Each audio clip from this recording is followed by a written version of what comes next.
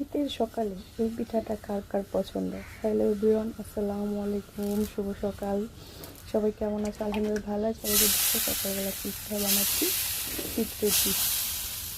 তো দেখো শীত পিঠাগুলোই যে আমি ছিটে দিতে আছি। তো হাতে শীত পিঠা বানানো আর এটা খাওয়ার মজাই কিন্তু আলাদা। তো চলো ঢেকে দিই। আর এই যে দেখো 1-2 সেকেন্ড পর খুলে নিলাম, দেখো পিঠা কিন্তু হয়ে গেছে। এখন আমি তুলে নেব।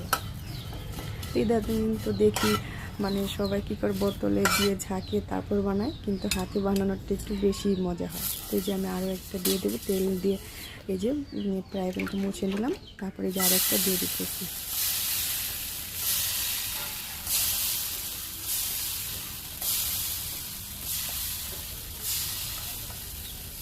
তো এই তো আরও একটা পিঠা এই যে দিয়ে দিলাম, শীতরুটি পিঠা। এই যে দেখো এটাও এখন তুলে নেব।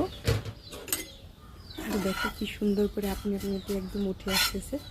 তো চলো সবগুলো বানিয়ে নিই। ফাইনালি আমার পিঠা বানানো কমপ্লিট। আর দেখো চুলার অবস্থা কী হয়েছে, চুলার আশেপাশের অবস্থা কী হয়েছে। এই চিত্রটি পিঠাটা খেতে ভালো লাগে, কিন্তু এই যে দেখো বানাতে গেলে অনেকটাই কাজ বেড়ে যায়, অনেকটা নোংরা হয়ে যায়। তো এগুলো পরিষ্কার করতে হবে। আর এখানে যে গরুর মাংস গরম হচ্ছে, গরুর মাংস দিয়েই খাওয়া হবে চিত্রটি পিঠা। সাথে কিন্তু ভর্তা আছে। আর আমি এই যে মুচমুচে এগুলো যে এখানে জমা করে রাখছি, এগুলো খেতেও কিন্তু বেশ ভালোই লাগে। তো চলো এগুলো পরিষ্কার করবো, একদম নসনি পাউডার সহ নষ্ট হয়ে গেছে। আর এদিকে এই যে দেখো এখানে 2 রকমের ভর্তা করছি, লাল মরিচ আর ধনে পাতার ভর্তা, আর ওটা ছিল কালকে চেপার ভর্তা। আর এই যে দেখো এখানে চিত্রটি বানানো হয়ে গেছে সবগুলো। এখানে যে গরুর মাংস গরম করে রাখছি, তো এই দিয়ে আজকে আমাদের সকালে নাস্তা হবে। তো সবাই ভালো থেকে সুস্থ থেকো, আমাদের জন্য দোয়া করো। আল্লাহ হাফেজ।